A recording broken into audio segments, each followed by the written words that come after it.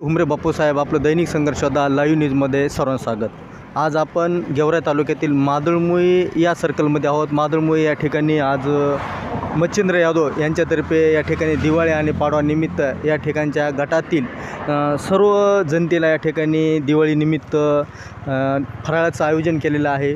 आणि आपण पाहत आहोत या फराळाच्या निमंत्रणासाठी या ठिकाणी भारतीय जनता पार्टीचे जिल्ह्याचे अध्यक्ष असतील, गेवराईचे विविध पदाधिकारी असतील या ठिकाणी मोठ्या संख्येने उपस्थित राहणार आहेत।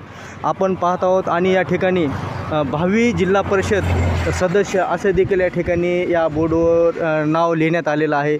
आणि आता पंचायत समिती जिल्हा परिषदची कार्यक्रम काही दिवसांनी जाहीर होणार आहे।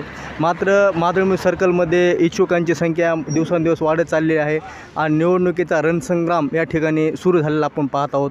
आज या ठिकाणी फराळाला फराळाचा जो स्नेह निमंत्रणाचा जो कार्यक्रम ठेवण्यात आलेला आहे, या ठिकाणी जे आज भाजपचे पदाधिकारी येणार आहेत।